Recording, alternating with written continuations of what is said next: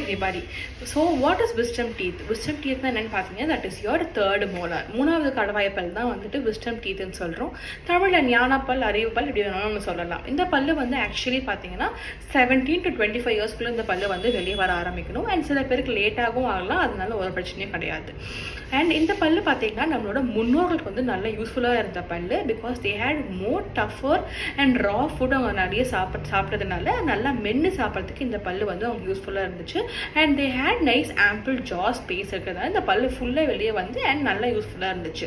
But நாள் ஆக என்ன ஆச்சுன்னா நம்ம வி ஸ்விட்ச் on to software diet.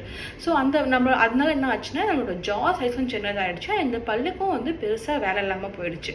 But இந்த பல்லு இருக்குது, ஆனால் உள்ளே இருக்குது, வெளியே வரதுக்கு ட்ரை பண்ணுது, ஆனால் அதனால் வெளியே வர முடியல. ஏன்னா எல்லாருக்கும் அப்படி ஆகிறது கிடையாது.